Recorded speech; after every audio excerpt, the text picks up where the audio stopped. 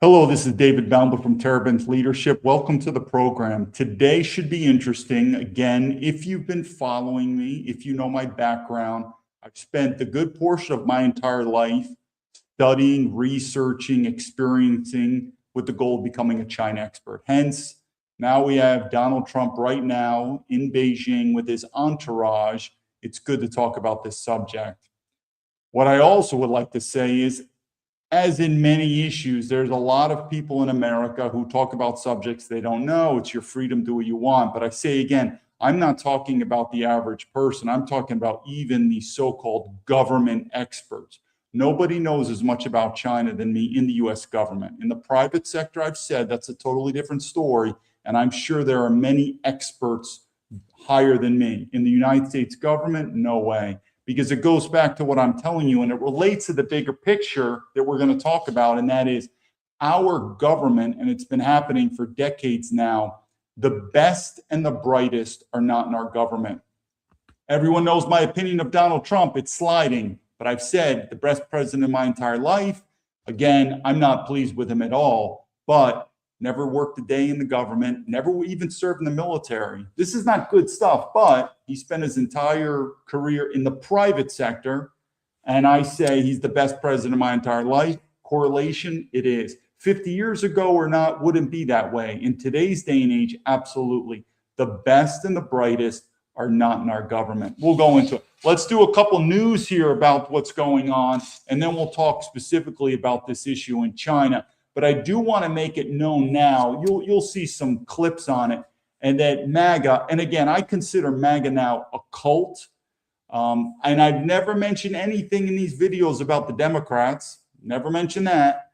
And there's a couple politicians we'll talk about here, but the point being is I believe that the system in America, as I predicted, there's not going to be a political solution. It's just going to get worse and worse until you're eventually going to start getting into those phases of collapse to a revolution. I know it sounds crazy now. You're going to see it because I've seen the change. Anyway, let's start talking with what's going on in current events. And again, for those joining, I appreciate it. If anyone's got any questions on China, go for it. Let's just start with the first one here. And that is what I would like to do on this. And that is a lot of people in the MAGA group are picturing saying, look at Donald Trump. He's got his way. He's going. No, that's not what happened at all. Let me be very frank with this. To understand China, if you understand these two elements, it will help you understand China. It's not everything, but it helps you. One is if you either have a military background like me or you understand the military. That's how China works. It's very military. If you also understand, because most people don't understand China, but if you understand a little about the Jewish culture, the Chinese are considered the Jews of Asia. There's other Asian groups that have these monikers. The Filipinos are considered the Mexicans of Asia. The Japanese are considered the Germans of Asia. But is there a commonality between the Jewish culture and the Chinese culture? There is. There is. For good or for bad, you take it like it is. Same thing military, for good or for bad. In America, the military is a separate subculture. In China, that military, that hierarchical culture, the rules, the regulations, the superiority, the patriarchy, whatever you want to call it, that encompasses the military, that is China in the civilian world in its entirety. What do I mean by that? Many of the MAGA people are thinking that Donald Trump has the cards. He's going in there to China. He's going to kick ass. Let's set the stage right now. It's the same thing if you've been in the military. Who salutes first? The junior officer or the senior officer? Or the officer or the enlisted? Who does the salute first? The junior ranking officer. The higher ranking officer, I do not initiate the salute. It's a sign of respect. You have to initiate the salute first, and I follow. It's the same thing about greetings. The lower ranking person, maybe the child looks at grandpa. Hi, good morning, grandpa. Go get grandpa's chair. It's a sign of respect. That sort of elderly patriarchy, it's also found in the military. So make it known that Donald Trump, like a Chinese emperor, Xi Jinping, has granted audience to the foreigner, or they would say the Bayangblades or the white devil, whatever you want to call it, in good or for bad. So Trump and his entourage have traveled from America, also on taxpayer dime. We don't care about tax money anymore. It's all funny money until the dollar collapses, but going all the way to the home of the emperor, Xi Jinping. Xi Jinping has the upper hands in this. Now, who's going to win the deal? We'll see. My money's on China. But there's a lot of this growing, you could say, arrogance of MAGA. So, yeah, Donald Trump's going there and he's going to tell them what to do. Just by the thought that Donald Trump is traveling all the way to Beijing. If you remember, Donald Trump invited Xi Jinping to his inauguration. Xi Jinping declined. He's like, I got better things to do. You're just a lowly person. And I also want to make this point well known here, since we're on this topic. I don't enjoy being on social media. If you go to X and you read my story, you'll explain it. I wanted to get with the politicians and I want to be left alone. I'm not enjoying this at all, being on social media. The point being is when I first got on social media, and to this day, people say all the time, what are you in China for? Why'd you go? You're a traitor, this and this and this.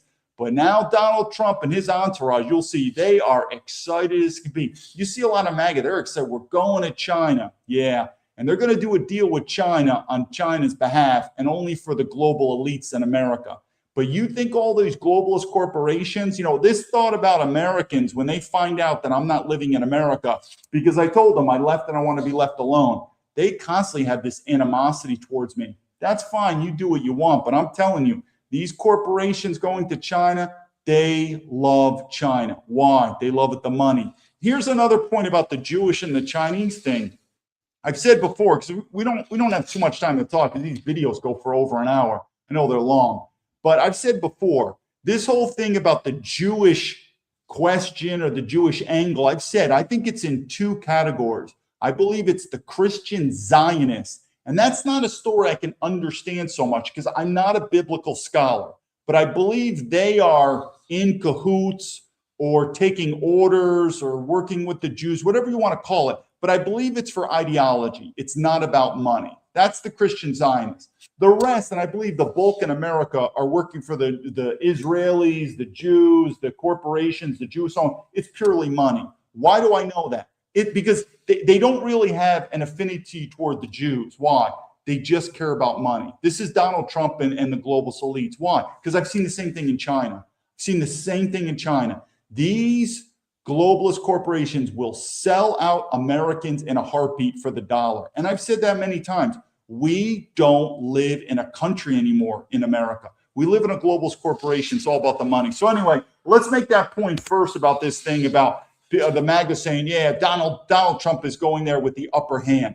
As soon as you, under military culture and under Chinese culture, it's absolutely the norm. As the commanding officer, I don't go to your house or your office. I command you to report to my office. You come to me. That's how it works. I don't think the MAGA people get it, but they drank the Kool-Aid and they feel like this Donald Trump is this alpha man.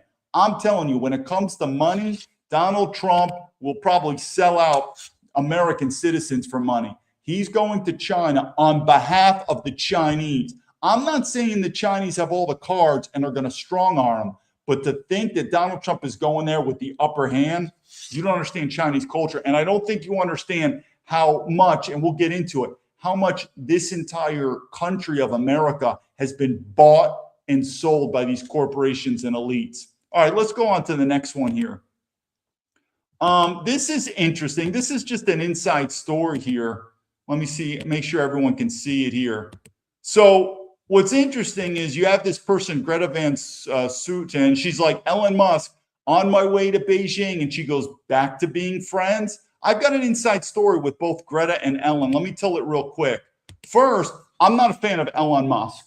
This is the guy who suspended me 3 times on X. I've said many times, X is no longer a private platform where you should be able to suspend people for whatever you want.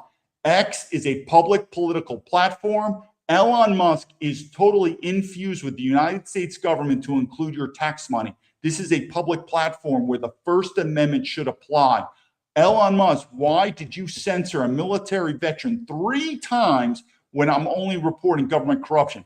I don't trust that guy. You can. But anyway, even Greta said, oh, Elon Musk at one time said when we invaded Venezuela, he goes, good.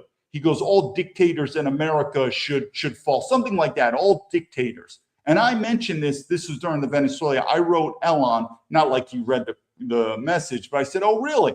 Well, does that apply for China? I mean, if we're going to use this same talking points about dictatorships, you don't think China, from the perspective of these MAGA talking points, would not be considered a dictator? Of course, he's labeled as a communist, a fascist, dictatorship, whatever. And I can tell you, I used to live in Shanghai. The Telsa factories, the Telsa factories, enormous there. And so just like Greta said, he's going back to Beijing. Why? He's all about the money, people. I'm telling you, you're going to see it. Greta's interesting. There's a side story with her. She reached out to me a couple of years ago, and she's like, hey, David, what's this story? What's going on? This is the typical. It's basically weak people who don't care or whatever. But I mean, she was nice to me on email, but I said, Greta, here's my story. If I could get an interview with you, great. But if you don't believe me or whatever, just repost me, because she was following me on X before. I said, just repost my thing. Never did. So I don't know, Greta. I would say maybe one of the reasons America's falling apart is because Americans don't support Americans have lost their patriotic duty to support military veterans. And I admit it, we worked for the military industrial complex. So I admit it. At the time, I didn't know it, but once I did, I left the military, whatever. But the point is, if you live in a country and you fail to patriotically support military veterans, that's a good formula for collapse. So Greta knows about me. She didn't even repost any of my stuff. So Greta, now she's got something about Elon Musk going to China, making money. This system's going to collapse, people. Give it time. Let's go to the next one here. It's just interesting news. This is Donald Trump. Now, remember, if you go back to my videos on Donald Trump when I first came out, I said Donald Trump is the best president in my entire life. Have I changed my mind? It's hard. I mean, again, I don't believe in voting. I don't believe in voting. I left America. But I'm not, we're going to talk a bit about Thomas Massey. There's Dan Bilzerian. Okay, there could be, and I've always said the best is yet to come. But I could say Donald Trump is turning into a pile of dog shit. I mean, that's the best I could do. But I am not interested in the Democrats, nor have I ever been interested in the Republicans. But like I said, the best is yet to come. It'll get better as the violence comes out. But Donald Trump, let's look what he says. And there's a video on this too. He says that there's a quick video. I'll see you later. He's not even a little bit remotely about Americans' financial situation, this thing. This is coming from the rich billionaire who eats steak and lobster with his rich kids at Mar-a-Lago, who's a repeat draft dodger with his kids. Now, I knew this before I supported him, but at the end of the day, sometimes, like I said, the system's rigged because they say it's a democracy, but you can only choose A or B, right? And so I still put it down. He was the best choice I could ever see, but he's deviating from what he promised. This Iran war, this would never been, he never mentioned this in his campaign. So anyway, I'm trying to bounce between two things, but anyway, I hope everyone gets it. I am absolutely dissatisfied with Donald Trump, remarkably, but I'm not like I'm going for the Democrats. So anyway, that's Donald Trump. Let's look at his family here and his cronies. This is sort of like, does this not have a sense of grifter? So again, this is the evil China, and these people are so excited to go to China. Like, man, look at Laura Trump, who I don't consider to be a traditional woman. This is, again, these value systems in MAGA. These are not traditional women. These women love money. They love power. They love fame. That's not what traditional women are. Traditional women, just so you know, like I'm not a fan of this Erica Kirk. Traditional women, they're submissive women. Yes, they're quiet. They listen to their husband. They have children, they're mothers. Now, if you're a woman, you're like, fuck that. I don't want to do that. Well, then best of luck to you, but you're not a traditional woman. That's fine. You're a feminist. Feminism isn't all that bad. Hi, Gonk, I see you. But the point is we have to start understanding leadership. And part of leadership is you have to understand these vocabulary terms. But anyway, going back to these people now are so excited to go to China. and they're going to grift and make money. That's the number one reason why Donald Trump and his gang is going to China. They want to make money. But if before they said China's the enemy and this and that, they don't care. These people look like absolute grifters. As the middle class gets wrecked in America, don't worry, these grifters are going to make more and more money, and they have no sympathy or care of the world, the military veterans or middle class. It's going to get worse, people. It's really going to get worse. Let's go to the next one. I just want to do a couple news on here. So this is also about the grifting, like I said. So this is, look, I don't even know who this woman is. She's Monica Crawford. Don't they look cool? She's like, I'm going to China. Look at her. She's like, they are so excited. And they're like, yeah, I can't wait. And you know when they're going to go to China? You know why they're going to China? They're excited. They can't wait to see the organ harvesting, the Xinjiang prisoners, the people in poverty. Now, I can say good stuff about China. Don't fool yourself. But you kind of feel a grift. Like all these people in America, like, China's evil, China's evil. And now they're like so excited. There's another reason too that, and we're going to get into this clip real quick. There's another reason why I was more popular before Trump got elected and now. Because before Trump got elected, I would say stuff like the government is corrupt and this and that. And Trump and his team fueled that. And that's where I was getting a lot higher. My X count blew past 10,000 fast and then boom, suspended. But the point being is now that Trump is in charge, they don't like people saying the government's corrupt. But notice that about this woman. She is just absolutely excited. I'm going to China. Look at me. I'm so cool. It's got a sense of this elite grifting class. We're going to keep going. I'll show you some more. So remember the Chinese spy that happened? We're going to talk a little bit about that. Let me make sure. What do I kept saying about China? Look at this top. I said, what is the difference between the Chinese government and the Chinese people? And as a China expert, not much. That's not negative. That's not positive, though. I never said negative. I never said positive. That's not a compliment. That's not an insult. I'm just saying the Chinese people and the Chinese government are not that much different. Now you might say, but David, when you say Chinese people, who are you referring to? Like born and raised in China? Yes. Anyone else? Chinese people. What about Chinese American? Chabudo. That means about it. Absolutely. The Chinese, and I've done other videos on it, but I'm just telling you, sooner or later, just like MAGA wants to make fun of the liberals saying that gender is not real from the liberals, sooner or later, I hate to break it to you, but race is real. It's a very easily talked about subject in China, because I've never seen a society as racist as China. Again, that's not an insult. That's not a compliment.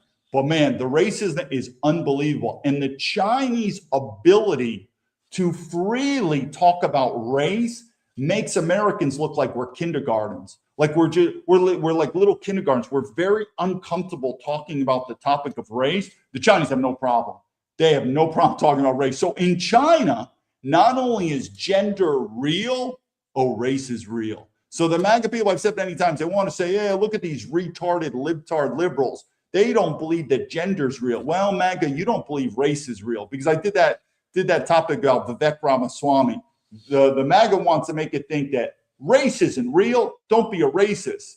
You know, their thinking is we don't care about race. You know what the MAGA cares about? Money. And as long as you're rich like Vivek, they don't care. Why? Because it's a corporation. Anyway, let's just go back to that. We'll talk about that a little bit. What did I say? My solution to that is you don't give any of these people citizenships, but I don't have a problem with the Chinese. They're in many ways, let me bring this up. In many ways, they're good people, but good fences make good neighbors. I just would never give them citizenships. All right, let's go to this one. This is a little also about the inside story here. So when I first came on board, this guy Gorka reached out to me on email. He said, "Hey, David, give me a free copy of your book." So I sent him I have an online, what is it? Yeah, an ebook, an audio book. So I sent it via email to him. Never heard back from him. And then he blocks me, because this was my first X account. Then he blocks me on X. Thanks, Gorka. But notice he's putting Tucker, according at least to General, Tucker Carlson, Nick Fuentes, both been named as domestic terrorism. Doesn't surprise me. I'm named as a terrorist too by the FBI. And now the question is why? That's a good question. But there's one thing that I have in my corner. I'm not technically hiding. I am the one that's pounding on the FBI's door. Why am I on the FBI terror? So when people say they want to know the truth of my story, well, my story from my side is, hello, my name's David Baumblatt. I want answers. What has the government said? Nothing. Not one politician. But anyway, this is Gorka. There's something about this guy Gorka, besides the story I've said, he just comes across as a piece of shit. It's just me. There's something about this guy. I think he was born in England, which okay. I'm okay with Europeans coming to America and becoming citizens. There's just something about him that I don't trust. And of course, like I said, him blocking me on X. Why would you do that? I'm a military veteran asking for help. I guess maybe he didn't like the book. But anyway, it is what it is. Let's go on to the next thing. We're almost done here. This is just sort of basic stuff. This is another patriot in America who's so busy thanking military veterans that he's decided to block me. I get blocked all the time by people I didn't even know that I followed before. Like it just came up randomly. I saw a comment on them, and then I said, all right, let me respond. And it just says, hey, I can't respond to them. And then I find out that I'm blocked. But there's Tim Cass, who I'm sure likes to say and I have so many of these. It's unbelievable. And I've said, if you're a private citizen, you block me, no big deal. If you're a private citizen and you spout patriotic stuff, you support military veterans, well, then you're not abiding by your principles. If you're a politician or government, I'm not asking for help. I'm asking you to do your duty. I want to know. I've said, if you go to my X to read I do this all the time. People don't know my story. The best is go to my X on that pinned video right above it. I know it's a lot of wording, but it kind of goes through my story. You're telling me no politician or Trump administration is answered to me?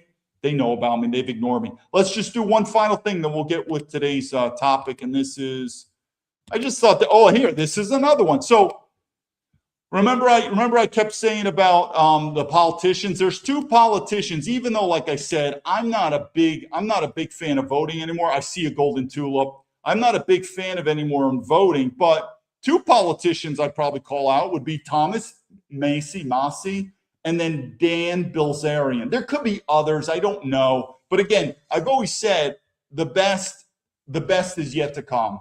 Dan Bilzerian, I don't think he knows anything about me. I've just started following him, but I think he's going in the right direction. We'll see. But again, guns and ammo are going to come. Thomas Massie, I think he's going in the right direction.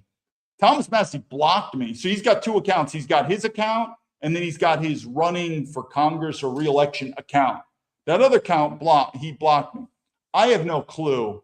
It's just weird. Again, I look forward to getting off social media. It's sort of like a high school drama club back here. That's why I left America. This problem, ultimately, remember what I'm saying, it's not going to be solved until guns and ammo come in. You could believe me now or believe me later, but if you actually think voting is going to change this system, it won't ever happen. So anyway, this is just another moron American. I meet these people all the time. So I said, Thomas, why didn't you block me? Then I get this all the time. These people, he didn't block you. So these would be the Americans who, let me bring this down here. These would be the Americans who know more about China than I do, more about the FBI. You get it. I had a friend of mine. He's like, David, I'm warning you, don't go on social media. I've always considered myself above average intelligence, not very high intelligent, but a solid above average intelligence. And he's like, you're not going to like social media. The amount of retardation you're going to come into from the American public is beyond belief. It really is. And I think that's how it's designed, to keep Americans stupid so the global elite control us. But anyway, this is a person who said, he didn't block you. Well, I don't know. What is this then? This is the Thomas Massie for Congress. It looks like he's from him right there. Again, this is his second count. He's blocked me on this. I would say this is his running for Congress account. His main account, though, it didn't block me, but this account did. Why would he do that? I have no clue. Part of me is just like, I don't give a fuck anymore. You get like this. Like, I think a lot of people, remember in leadership is lead, follow, or get out of the way. Three things. Make sure you remember that. It's a good leadership phrase.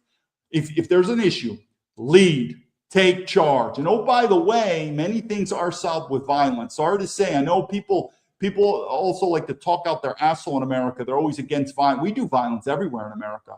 I mean, we like watching boxing fights, UFC. A lot of the MAGA people love Iran just getting bombed to shit. We like the death penalty. We like shooting people. America would never have been formed without a violent revolution. So, violence is part of it, and it just is what it is. So there's lead. Follow is just shut up. Find someone who's got high morals and high competence and just follow them. Or 3, just get out of the way. And that's why when you physically leave the country like I did 16 years ago, that's probably a good solid evidence that I probably wanted to be left alone. I just want to be left alone. But the FBI continues to fuck with me like the cowards they are, and they don't have the balls. I'll do other videos. I don't think the American people realize the amount of low testosterone, low morality, and low competence that's happening in our CIA and the FBI. The best and brightest are not there. Okay, let's go on today's subject. If anyone's got any questions, go for it. This is what we're going to do. Let's just start out with the opening statement here with Donald Trump. Again, you can tell by my attitude, I'm sort of losing it with Donald Trump, but what are you going to do, people? What are you going to do? And I've said that before, what are you going to do? But people get nervous about it. But voting is not going to work. Message to President Xi as it relates to the Iran war. Well, I think, number one, we're going to have a long talk about it. I think he's been relatively good, to be honest with you. You look at the block. Okay, so he's been relatively good. I just want, what I'm trying to do is look how he's talking about Xi, the enemy, the communist, the dictator, he's talking pretty good to him, don't you think? What do you talk to your superior? Now, I'm not saying Xi Jinping and Donald Trump are like superior subordinate, but if you look at the situation, what's happening is Donald Trump's, at the end of the day, he's a CEO and he's running a corporation. He's not a president. He's a CEO. You're not a citizen. You're an employee. And America is not a country. It's a corporation. So you have to go in his mindset. It is all about the money. CEOs are under constant pressure with profits and losses from the shareholders.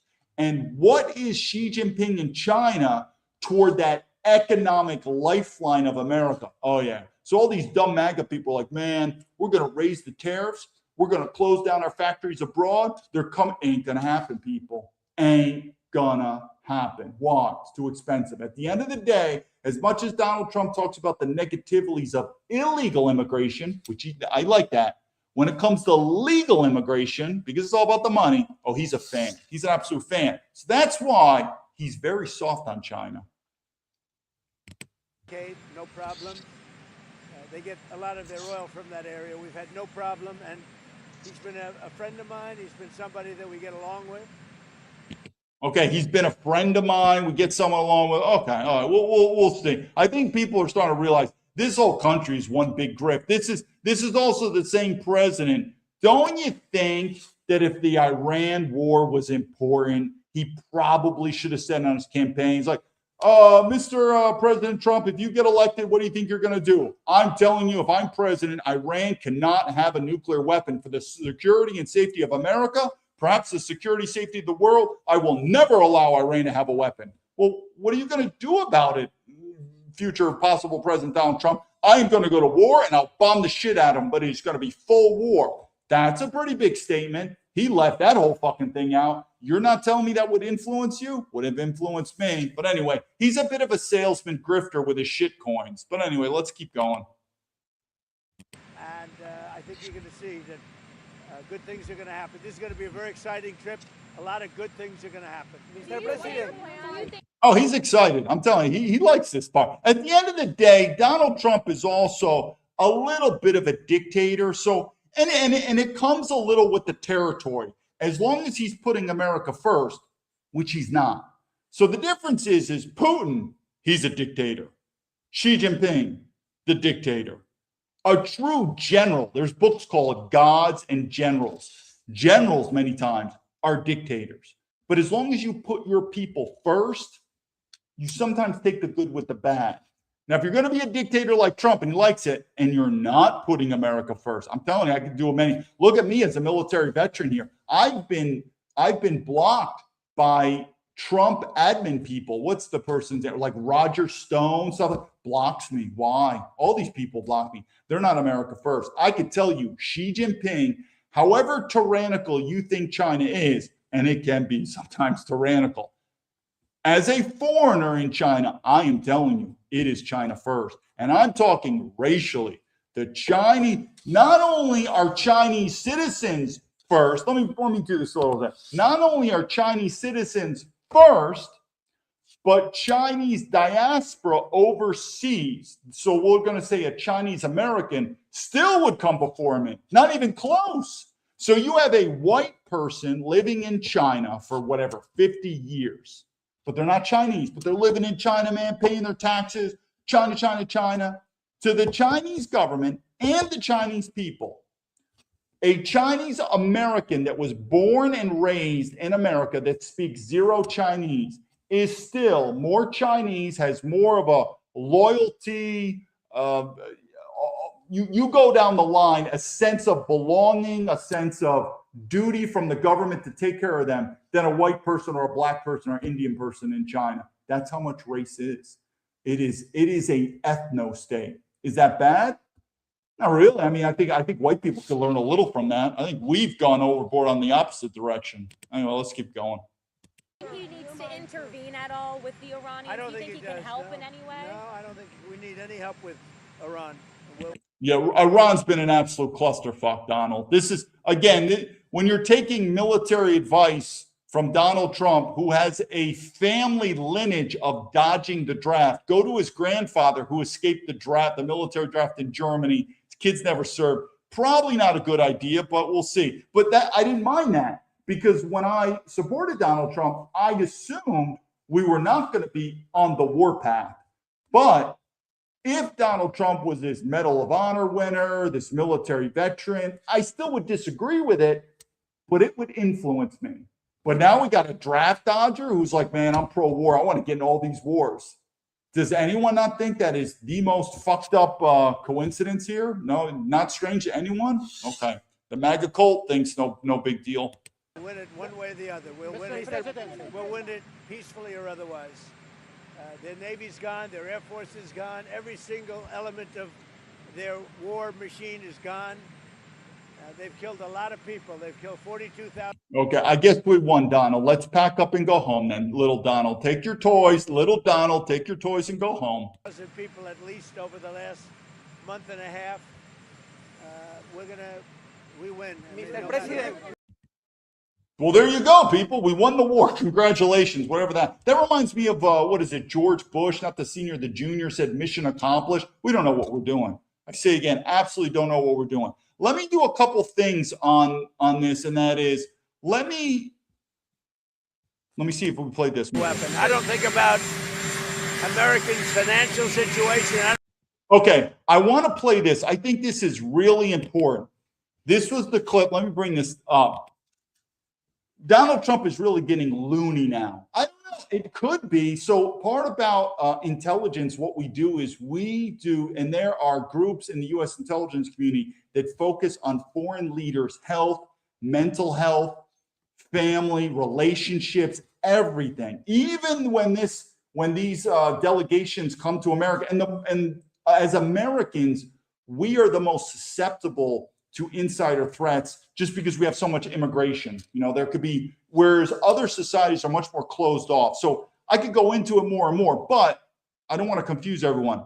Donald Trump is getting old. So I don't know, maybe it's a health issue, but what he says right here, this was America first. This is the, so either he was an absolute scumbag and lied to us, which is possible, or people do. Or he's compromised or bribed or something. But you're telling me as a MAGA, you're like, that's America first, man. That's exactly what I voted for. So again, he's talking about the Iran war, and he's talking about the American citizens' financial situation. Now, remember, this is coming from a billionaire. His family's not going to fit. These people are filthy rich. Inflation, they're not going to feel the pain. The middle class, you're going to feel the pain. All right, let's see what he says here. So let's just start really quick again. Go ahead. When you're negotiating with Iran, Mr. President, to what extent are Americans' financial situations motivating you to make a deal? Not even a little bit. The only thing. I hope everyone heard that. There was background noise. She's like, what are Americans I think I'm not pronouncing it right or said, but she said what are Americans' financial decisions or what are Americans' financial situation influencing your decision on the Iranian war? The point being is, do you care about Americans' financial situation? You know, this, and we're talking also not just the gas prices, inflation, but this war is expensive, people. Tax money, who's paying for all this stuff? Eventually, the debt continues to go up. Someone's going to have to pay. Meaning, what about the fiscal responsibilities and what about the pressures that are going on to the middle class? Again, Donald Trump is a rich person. He's not going to feel it. But does he care about middle class? Let's see what he says. I'm a little shocked, but this is starting to become norm now. That matters when I'm talking about Iran, they can't have a nuclear weapon. I don't think about Americans' financial situation. I don't think about anybody. I think about one thing. We cannot let Iran have a nuclear weapon. That's all. That's the only thing that motivates. Did you say earlier that the only... So what they did is the reporter, they wanted to, and they did this, and usually you would think the press is against Donald Trump, which I agree. I do agree. They were good with Obama. They're bad with Trump. I get it. But the press was giving Donald a softball here. They repeated the question a second time just in case he wants to change his answer, because his answer sounds like dog shit. That's not a good answer from a leader. That I couldn't imagine doing that for. I don't know where Donald Trump, and I've always gave Donald Trump props for being very good at leadership. I don't know whether he's getting older, he's bribed, he's compromised, or what. But this is going out on left field, what he says. So same question again, Donald Trump giving him an opportunity to maybe change what he just said. And what did Donald Trump do? Thing that matters to you when it comes to Iran is a nuclear weapon. You're not considering the financial impact of this war on Americans. You are not considering the financial impact of the war on American citizens. That came out pretty clear. This is the second time Donald Trump should now have back to West Point, please stand and rise. Sir, attention, attention. No excuse, sir. This is the time. There should not be any excuse. Let's hear what Donald Trump said. And if you're MAGA and you said, I disagree with you, David, that's exactly what I voted for, then our concept of America first, the patriotism, or who we saw, we are in different universes. Then, like I said, we have to say, what is patriotism mean? What does America first mean? Let's go back to Donald Trump, though, and see what he says. I'm getting less and less shocked, is what I'm saying. The most important thing by far, including whether our stock market, which, by the way, is at an all-time... Who was the other video? I'm forgetting these fucking people's name. The Attorney General, Pam Bondi. Remember when they asked her about the Epstein files, something like that, and she said something like, the stock market is through the roof. You're like, we're talking about the Epstein files, the criminality of pedophilia, but more importantly, the national security. What the hell does the stock market have to do anything? So we have two subjects at hand. First, Donald Trump. We have the war in Iran, which I don't think is important. And we're going to explain that. And we have Americans' financial situation. He's like Pam Bondi. Did you hear about the stock market lately? That's not what we were asking about. I guess Donald Trump is trying to say, well, don't worry about the financial situation, the stock market. So the problem is the stock market many times is relegated to a small percentage of American citizens. Most middle-class people are not invested in the stock markets. And that's what, when the dollar gets bashed, the middle class is done. And the certain assets like crypto and gold, I'm telling you, are going to go up. But anyway, maybe that was his deflection to say, the financial situation is actually doing awesome. The stock market's up, which I disagree with him. But let's go to see what he says. Time high, but including whether or not our stock market goes up or down a little bit, the most important thing by far is Iran cannot have a nuclear weapon. Don't you think he probably should have said that on the campaign trail? Meaning it sounds like this Iranian war is a big fucking deal. Now, if he would have said, now I know a lot of MAGA shitbags are saying there was 20, 30, 40 years ago, he talked about it. Well, I don't know. I don't have time to talk about 20. When you are, it's like the job interview. When you're doing a job interview, which is the campaign, that's the time to say, what are you going to do with the country? They're your priorities. But that would have been something good he should have said on the campaign trail, this importance of preventing Iran from a nuclear weapon. And if they don't, then we're going to go full scare war. He probably should have said that. There's pressure on Americans and prices right now. Every American understands. Americans, how they're feeling about every American. Are you listening? Every American understands this. This is also part about leadership. I don't have time for the story now. It's an interesting leadership story, but we also know about groupthink, where he might also be surrounded by yes men, and they're not notice this is also the part of dictators too. It happens too in China and very these intimidating dictatorship positions. And I'm not saying I'm not against dictatorship. They say the best form of government is a benevolent dictator, but he might now, one reason why he's just gone off the range here, he might be surrounded by people that are either purposely or just unintentionally giving him 24/7 bad advice. The American public are absolutely behind you, Donald Trump. They're absolutely behind this war. They don't care about inflation. Maybe. But he just said all the Americans are with this. And well, I don't know where he got that from. Every American understands, and they just had a poll, like 85%, which is surprising. It's only that they understand that Iran cannot have a nuclear weapon.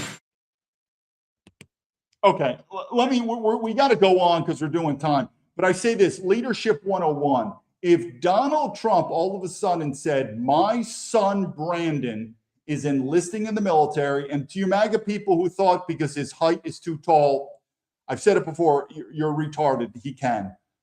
But if he all of a sudden said, my son Brandon is enlisting in the military and he's going to go frontline combat arms and we're sending him to Iran because I'm Donald Trump and I'm telling the American people that this is of national security priority one importance, that Iran cannot have a nuclear weapon and we will do whatever we have to do. And if that means my son Brandon is going to die, then means it.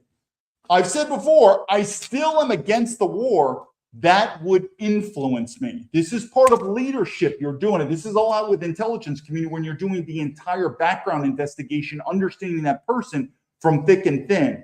The problem is he's a repeat draft dodger. His family before him dodged the draft. None of his kids serve in the military. None of his kids will, and none of them are going to die. So this whole thing about it's so important, I don't know. Then why don't you instead of convincing the American people that this war's so important, why don't you convince Barron, your little baby boy, that it's so important, and do what I did, unlike you piece of shit fucking draft dodger, have him enlist in the military, send him to Iran, and then he dies. That would influence me, and I think that would influence a lot of American citizens. Not saying you would maybe change your mind, but it would influence us. He's not going to do that. No, of course not. Okay.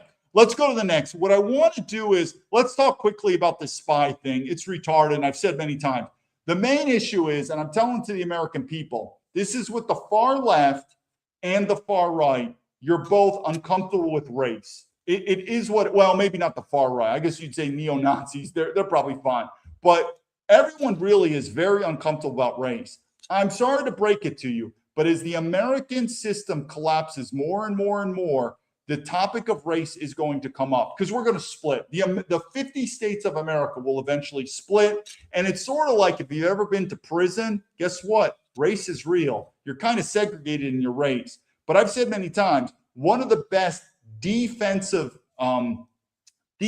policies you could take toward the China is not allow the Chinese citizens to become American citizens. End of story. So we'll see the video quickly, but I'm telling you, there's not much difference between Chinese people and the Chinese government. Even the Chinese people that are born and raised in America, they won't admit it.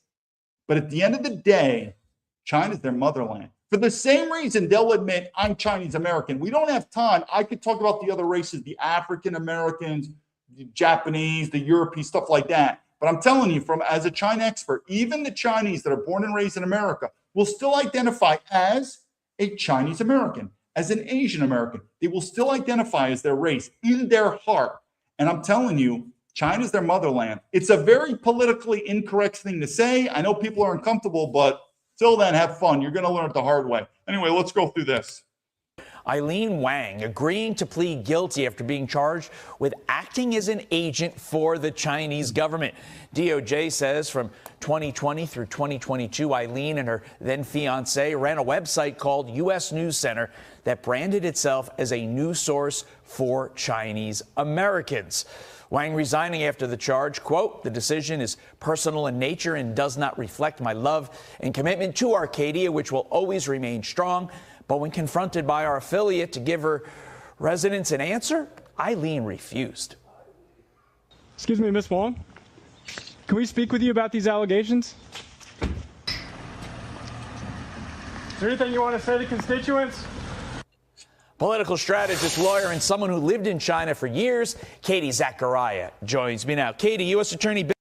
Okay, so I know this woman a little bit, not much. She was there as a lawyer working for, I think, a news corporation in Beijing or a news agency in Beijing or a corporation doing legal. She's only been there a couple of years, but she speaks the politically correct version of China. So either she's still a moron or she's just being politically correct. But hear what she says. Emissary said it should, quote, terrify Americans that she was able to rise to the highest levels of local office. So, Katie, how the heck did that happen? Well, if you go out to Arcadia, which I visited a number of times, it's basically become Little China. And I don't mean the cute San Francisco Chinatown that we all were familiar with. This actually feels like a version of Beijing. And what do I mean by that? They don't speak English. They eat completely. You ever see that too, even from MAGA? It's always, as long as you speak English, like that's all we are. I've always said, what's an American? Just English? I don't know, then what's different than us with Australians? In fact, I know a lot of Chinese people, they are absolutely fluent in the English language, but we always hear this stuff integrate. Just to make this, we don't have a lot of time, but let me just do this. Try to do this. How do you, as a man, truly integrate and become a woman? Probably never. You know, whatever you're gonna wear pink dresses. Not like. How are you gonna integrate as a woman to become a man? A man who will always be a man. I guess you can learn feminine stuff. A woman can learn masculine stuff. But at the end of the day, you're a man. You're a woman. Guess what? These immigrants come in, they're just like, as long as you speak English, that's about it. No, it's a lot more. I speak fluent Chinese. Am I Chinese? I can tell you something. Am I integrated in the Chinese community? As a foreigner, I am. I guess you could say I'm never going to integrate though. Why? Because I'm not Chinese. But you hear this bullshit. Just speak English and that's fine. No, it's more than just language. Like local Chinese food that they source right from China. And honestly, you'd be hard pressed to find any English speaking people in the whole vicinity of the San Gabriel Valley, which has essentially been taken over by the Chinese. And I don't actually mean that hyperbolically, Todd. I mean that because I've lived in China. I go to Arcadia to get local Chinese food and maybe refresh my Mandarin, but it doesn't feel like the United States. So it's no surprise to me that we had someone who was acting on behalf of Beijing as a foreign agent running Arcadia because the place feels like China. You lived in China. You know how the CCP operates. Katie, is this just the tip of the iceberg when it comes to Americans being tricked into allowing, quite frankly, for lack. So I don't see that. I didn't see this whole video. I hope they get to the point. So what do, Katie? What's the solution? Well, they need to learn English and they need to eat American food and keep going, Katie. Good luck. No, I'll tell you what I do, and I've said it anytime. Let's see what Katie says. Of a better phrase, Chinese spies to infiltrate our government at the local, state, and federal level. Yes, Todd, and with these sanctuary jurisdictions similar to California, there needs to be a wholesale review of not just legal permanent residents, but people who are here from adversarial countries. We just had, for instance, an Iranian arms dealer living just down the. Okay, so I think she's saying we just need to vet them more.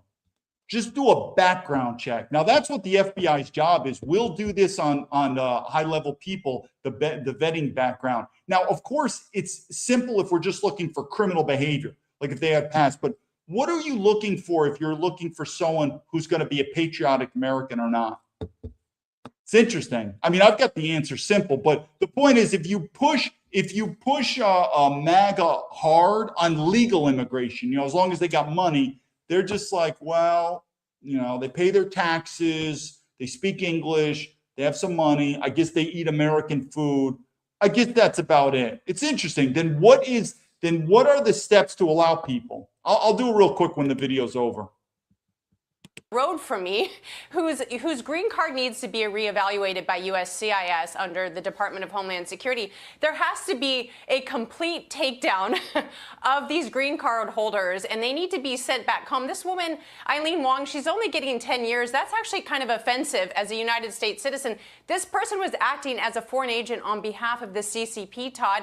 There should be no grace. They literally should be sent back to the People's Republic of China. So concerning. And you have to think, if this is happening in one town in California, it could be happening in others, because I hate to bring up Mr. Swalwell because he's no longer in the California governor's race, but the leader on the Democratic side was tied to a Chinese spy, and I think that tells you everything you need to know. From one coast to the other, happening today, the House back in session for the first time. Okay, we got one more video. This is an assistant director of the FBI forum. We're talking about this, but I'm going to put it very simple. There are different levels when it comes to visas and green cards. I get that. I get that, and we don't have time to talk about it. But my view would be very simple. I would never give them citizenship. And without that citizenship, and I've said, I've been on programs before, I don't like the idea or approve of the idea of foreign nationals serving in our military. So you're not a U.S. citizen. You cannot hold any office, to include that. We have foreign nationals actually can be law enforcement officers. All that needs to, and again, none of this is going to work until guns and ammo. You know, everyone's like, we need to change this. The system continues to get worse, people. But for grins and giggles, I'll tell you what my solution would be. But until guns and ammo happens, a radical shift in the country, a split, then these new laws will apply. Until they're not. But I would just say simple as this, that these people from these non-European countries, non-Christian countries. So what is America? Christianity, European, freedom-loving. That's why we would look different if a person from Canada or Britain or Germany or France came to America. Why?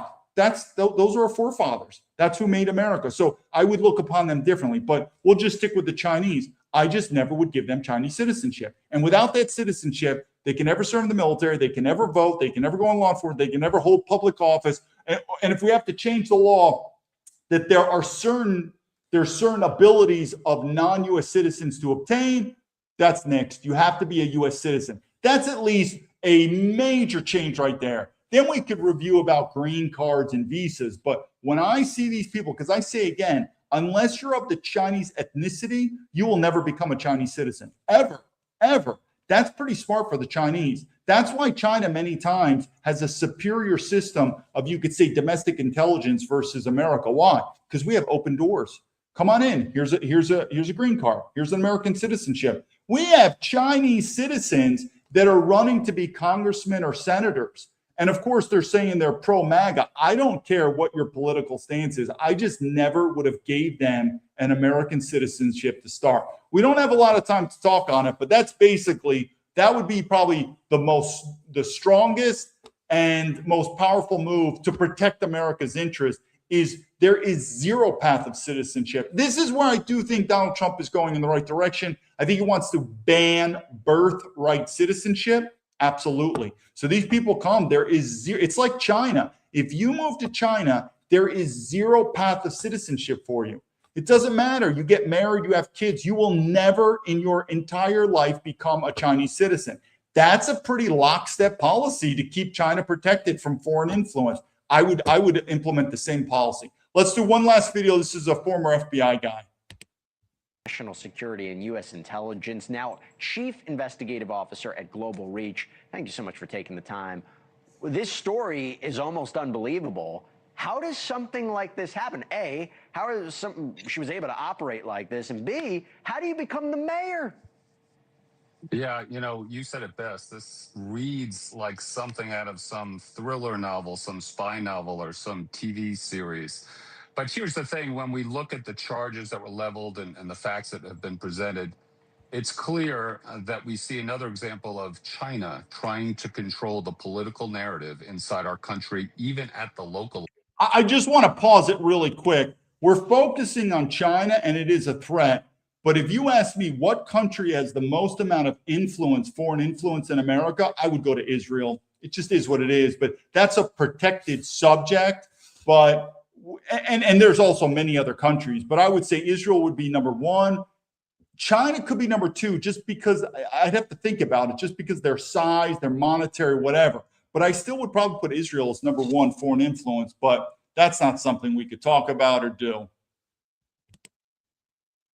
Level. And when we see a person go from a city councilor to a mayor and allegedly being under control of China, this is because, local cities, smaller municipalities, they lack the vetting processes. They lack the media scrutiny. So something like this can get past, folks. And then you have something that is no longer theoretical. You have an agent of the PRC sitting at the helm of a local government. Again, assuming all these allegations are true, where would this go? What kind of asset would she have been for the People's Republic of China? Well, this is all about narrative control for the PRC, and that's what we have to remember. They want to control the narrative and normalize the things that the PRC is doing, saying, and even blunting criticism. That's their goal here. This is a little different than espionage. When we think of traditional espionage, we're talking about the stealing of national security or national defense information, secrets. This is about influence, and it cuts to the heart of our democracy, especially when it's targeting our local municipalities. And I believe Arcadia has a large Asian American population, so you can understand why this website might have been operated. But I guess the question is this kind of a sophisticated tactic? In a way, it's almost you don't recognize it, but then in another. We got to move on to the video. This is what I'm going to tell you to the American people. The weakness, and China knows this, but it's not just China, it's other countries in the world, to include Israel, that one of the biggest weaknesses that Americans have is the ability to talk about race. And I've said it before, the ability to talk about race in China is through the roof. The topics in China about race will make the normal American very, very uncomfortable. So what do I mean? It doesn't matter. That's why I ended the video short. It doesn't matter how you slice or dice it. Even the reporter, he named the people in that city Asian Americans, or maybe he said Chinese. Even the reporters recognize that race is real. So what am I saying? However you slice or dice this, if America's future is white minority, it's over. You could be a liberal, I'm telling you people, and why? I'm probably one of the very few white American men that knows what it's like to live as a racial minority. 99% of white men and white women in America have never experienced at least living long-term as a racial minority. When you do, race is real. I don't care if it's Chinese, I don't care if it's Indian, I don't care if it's African. Multiracial societies don't work, and they will work together to supplant, subvert the other races. Don't believe me? Have fun. Wait until the white population drops under 10%, and you're going to listen to what I'm saying.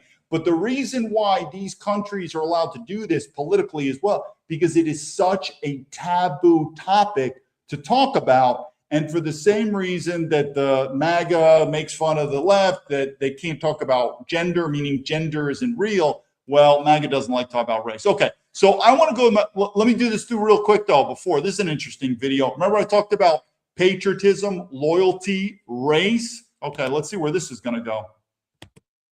States and the Philippines for you. Say we're neither side in a morally neutral, blame-free hypothetical conflict between the United States and China and the United States and the Philippines for you. Say where neither side is right or wrong. To which country is your allegiance? Philippines. Your allegiance is to the Philippines. Why is that? Because it's where I was born. When did you move to the United States? I moved here when I was 4, but I have family over there. You have citizenship, remind me, in the U.S.? Mm-hmm. You're a U.S. citizen? Yes. But if the United States were to go to war with the Philippines, you would side with the Philippines? No, I would myself. You would just end it even though you wouldn't be involved in the war? Yeah. So assuming the strength of the respective militaries is, in this hypothetical, remain the same, you would just end it? Yeah. Why not? Why? What's Why not? I mean, Yeah, do I that's have not to an have a argument. reason? Why not? But you would side with the Philippines. That was Yeah. your original answer. Okay. But you're a U.S. citizen. Yeah. Under this current president, my allegiance will lie with China. I think in that hypothetical, it depends on what the political climate is, and it depends on how the U.S. treats illegal immigration. You have permanent residency. Yes.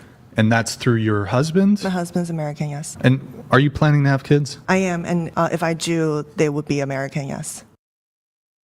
Well, I don't want to change the subject so much, but typical Asian woman, white, I guarantee your husband's white husband, white passport, white kids, but I'm telling you, they're not going to have loyalty. I don't even like talking about this subject so much. You want to know? It's not because I don't feel uncomfortable, but I really see a lot of white people. It's that deer in the headlights. And it's like, and that's when I see the white population dropping in America, I'm like, good, just because I could tell you something. If you talk to me before I went to China, after, I've radically changed how I view race. Why? Because when you live as a racial minority, your entire world will change. This is the most important part of the video. We're going to do this. Now, what did I say? In America, just so you know, this is, and I wrote this in the book, it's very simple. The biggest threat to America is domestic. It's as clear as day. Global government, global corporations, the biggest threat. China is the biggest threat overseas, foreign threat, number one. But they're not threatening to destroy America. What they want to do, though, is they want to destroy the hegemon of America. So they're tired of being the boss. They're tired of America being the boss and telling them what to do, particularly in Asia. Makes sense to me. You could believe that, not believe that. It is what it is. So again, the number one threat to America that's taking away your faith, family, freedom is global government, global corporations. The biggest threat overseas, I still would put it as China, but their goal isn't to destroy America and become the next global superpower. Not at all. You don't get. But what they do want to do is become a regional power, particularly in Asia, to kick out America. And they're tired of America telling them what to do. And that's going to happen whether you like it or not, because the American empire is going down. Now, this is what I want you to do. You're trying to figure out who's in charge. When Donald Trump goes to, so you, as you know, or maybe you not know, in China, the power is with the government. We have two systems. I've said this many times. We have nationalism, which is me, and we have globalism, which is you. You're like, no, I'm not. Yes, if you're an American, it's a globalist. Not with Donald Trump. He's a globalist. This is what I'm saying. This is where the ship is sinking. He campaigned as a nationalist. He's a globalist. So the point being is in China, the government has the power. Don't fool yourself. Xi Jinping has the power. The Communist Party has the power. Even though they call it communism, I refer to China more as fascism, but that's a different story. In America, who has the power? The corporations. And guess what? These are our masters. Now, of course, these are the CEOs. These are just the front master puppets. The real masters are behind the scenes, the shareholders, the BlackRocks, the companies that own the company. So the CEOs are many times the elected politicians of the corporate world. These are our masters, people. You're winning the trade.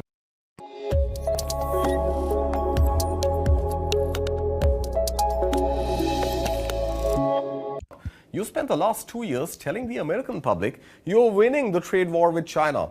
You've slapped tariffs on their goods. You've threatened, escalated, walked back, escalated again. And now you're flying to Beijing. Not with army generals, not with diplomats, but with 16 of America's most powerful CEOs. Now, what does it tell you when a sitting US president needs to bring a billionaire army just to sit across Xi Jinping? But let's first focus on who's on that plane to Beijing, and more importantly, why? Well, first up, there's Tim Cook, the CEO of Apple. Most Apple. So this is what I'm trying to tell you here. These are our masters. This is very different in China or Russia. Now you might say that's great. Well, I'm just telling you, these people are globalists. The shareholders, many times these shareholders aren't even Americans. Tim Cook, I work with Apple factories. So when you're in America, like, I'm going to buy Apple, that's American. No, that's made in China. Those are the products I was doing in Guangzhou province. So the point being is as much as we talk about China's the enemy, these corporations love China. Why? They love money. That's what I'm saying. I see very similar with the Israel or the Jews. I don't think it's a Jewish thing. I don't think it's a China thing. These people love money. That's why China is favored and Russia is not. Our corporations make a ton of money off China. We don't make that much money off Russia. So Russia is in a more negative view. China, don't fool yourself. As much as just like Donald Trump talks about China, he's going over there. He's going to kiss ass because he wants money. Same thing, there's another CEO who's going over there. And this company, as you know my background, what a traitorous, unpatriotic company that illegally fired an American military veteran, the Boeing Corporation. The same corporation that wants to take your taxes to build weapons to fight against China. Now they're in China kissing ass so that China could buy their planes. It's an absolute, it's a corporate mafia that's going on. Products are manufactured in China. For Cook, this relationship isn't optional, it's existential because Apple simply cannot afford a full-scale economic Cold War between Washington and Beijing. Then, of course, there's Larry Fink of BlackRock, the world's largest asset manager. Trillions of dollars under management. He's there because the flow of capital between the US and China remains one of the biggest pressure points in the global economy. Next up is Kelly Ortberg from Boeing. China is one of the world's largest aviation markets, and Boeing's future completely depends on Chinese buyers. So this isn't just about airplanes, it's about American manufacturing jobs too. Then come the financial heavyweights. That includes Jane Fraser from Citigroup, David Solomon from Goldman Sachs, Michael Maybach from MasterCard, and Ryan McInerney from Visa. These are the people who move money across borders. Their presence sends a message. The United States is not arriving only with threats, it's arriving with business. Then there's the tech battlefield. You've got Cristiano Amon of Qualcomm and Sanjay Mehrotra of Micron Technology. This isn't about semiconductors. This is the technology powering everything from smartphones to artificial intelligence systems, and also the single most sensitive flashpoint in the US-China rivalry. But there's one name dominating the headlines, and that is none other than Elon Musk. The CEO of Tesla has massive exposure to China. China is one of Tesla's biggest markets, and the Shanghai Gigafactory remains central to Tesla's global operations. So Musk's presence here is about business, it's about optics, and perhaps also about power. Now, the point being is it's about business, it's about money. It's not about patriotism. These corporations will sell you out. The stated goal of the trip is to create a new body called the Board of Trade and Investment between US and China. Something that can actually be significant if it works, but if it is doing a lot of heavy lifting in that sentence. Now, because what Trump wants and what Xi Jinping want are fundamentally different things. What does Trump want? Well, Trump wants deals, plain and simple, visible wins. We're going to do a couple more videos. What I want to do, we'll do two more videos about the CEOs. That is the primary reason why Trump is there. Again, this is one of the most embarrassing. And the reason it's embarrassing is Trump portrays himself as the alpha male. He is in a subordinate position going to the yellow emperor's throne saying, can I please have money? And when you make that trip, you bring the most important people you have. And who are they? All the corporates. And these corporations don't give a fuck about you. I've worked for them in China.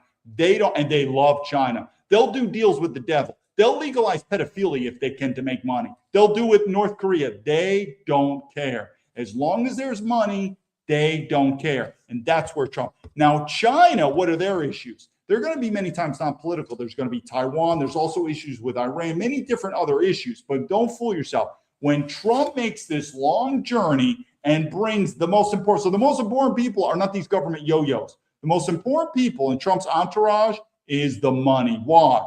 Because Trump is the super CEO and he's bringing all these other CEOs. This is about making money. Case, China is weighing curbs on export. It's a who's who of the business world heading to China with U.S. President Donald Trump this week as he meets with Chinese President Xi Jinping.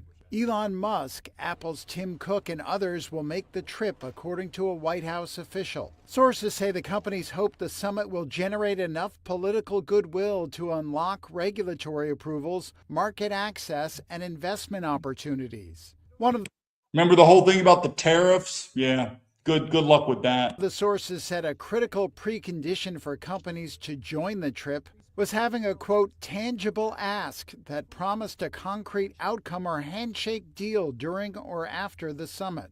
None of the companies responded to requests for comment on their goals for outcomes from the summit. In Musk's case, China is weighing curbs on exports of solar manufacturing equipment to the United States, which could threaten plans by Tesla to build new factories or expand existing ones to boost local production. In March, Reuters reported that Tesla was looking to buy $2.9 billion of equipment for making solar panels from Chinese suppliers. Tesla is also seeking Chinese regulatory clearance to expand the adoption of its full self-driving assistance system in the world's largest auto market. Boeing CEO Kelly Ortberg told Reuters last month that the U.S. plane maker was counting on the Trump administration to help unlock a long-awaited major order from China. Boeing and China have been in prolonged talks for a deal that industry sources say could include 500 737 MAX jets, plus dozens of wide-body jets powered by GE engines.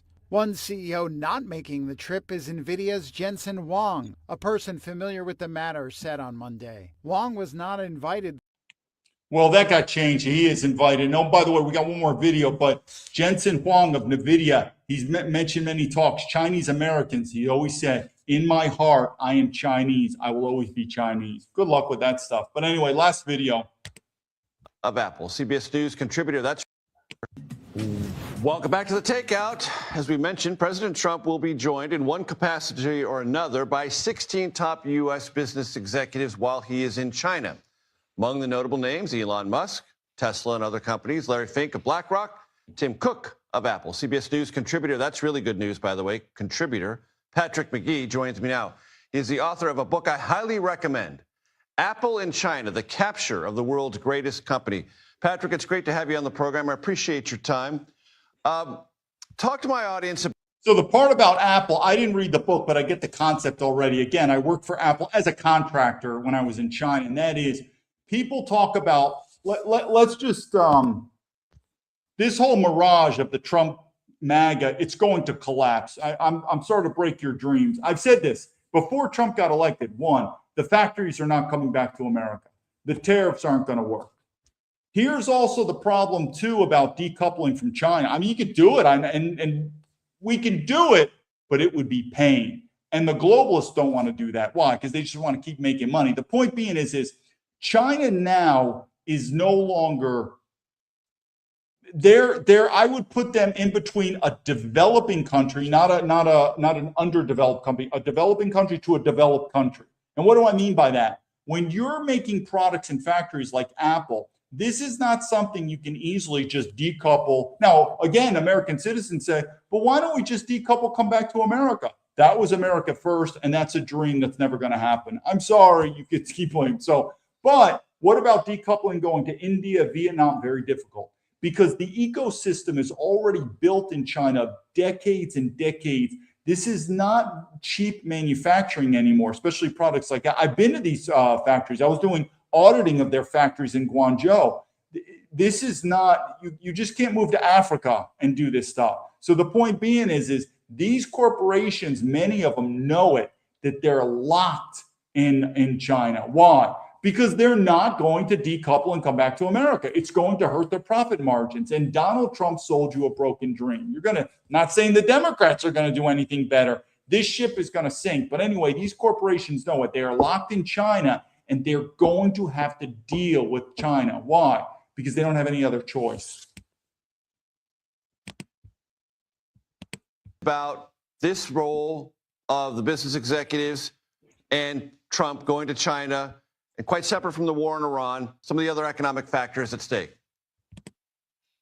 Well, you're right to mention the war in Iran. I mean, that's essentially what we don't want the summit to be about. You don't want this to be the Cold War summit. I mean, you don't want Taiwan to come up very much as Beijing wants that to happen. So by sort of stacking the guest list, if you will, with a bunch of corporate executives, I think Washington is properly signaling that this is all about, trade, investments, guaranteed investments from China towards soybeans and things like that. The more that they can gear the discussion towards things like that rather than Cold War issues, the better. What is the takeaway from your book? I've read it, but my audience hasn't, about Apple and China and what was gained by Apple and its stockholders, but what was lost for America long term?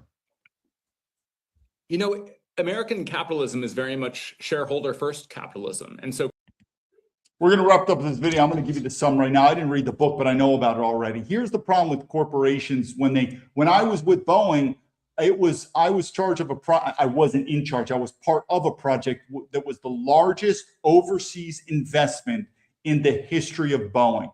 $700 million factory, just a single investment. What am I saying? Same thing what he's saying about with Apple.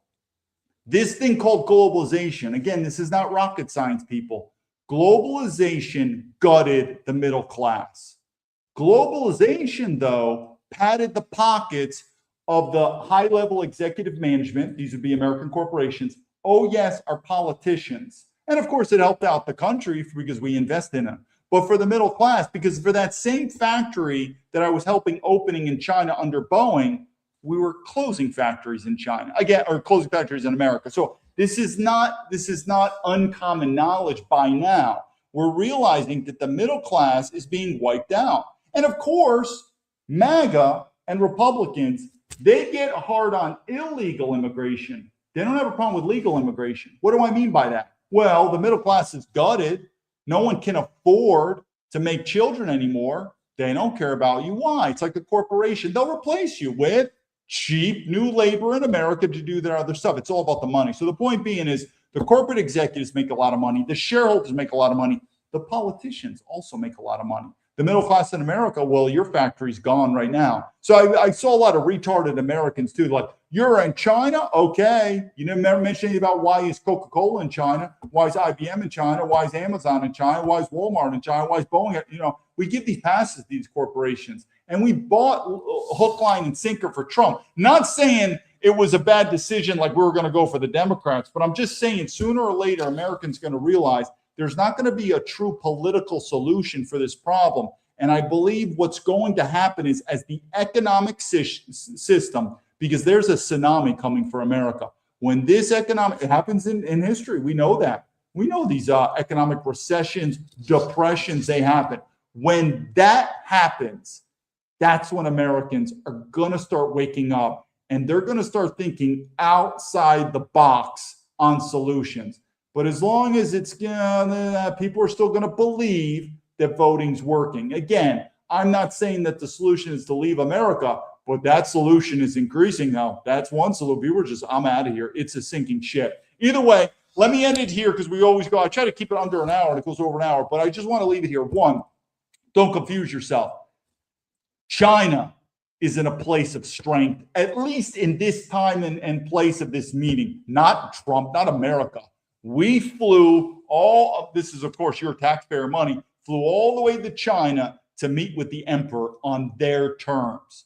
Second, Trump's going there to say, please, grift money, all his family, money for them, not for you, not for the middle class, for all these corporations. The corporations are what's important, not the middle class. Don't think so? Look at this Iran war. Another horseshit thing that MAGA said they were never going to get. We're getting a war. And then when Trump said, answer the question, what do you think about the economic situation in America? I don't care. I don't think about that. I mean, do you not? There comes a time where once a cock, twice a cock, three times a cock, you have to start taking responsibility for your own self. And I've said it too. I've mentioned it. If you go back to my video on X, I was speaking very strong about Trump. It's very simple. He has deviated from nationalism. Because he's deviated from nationalism, my support has deviated. Where do you go from here, though? It's going to be difficult, people. It's going to be difficult. I keep saying the best is yet to come, but you probably know what I'm going to say, and I'll wait for another video. Until then, to the patriots out there, stay educated. Start making plan B. You're going to need it. And until then, lead to victory.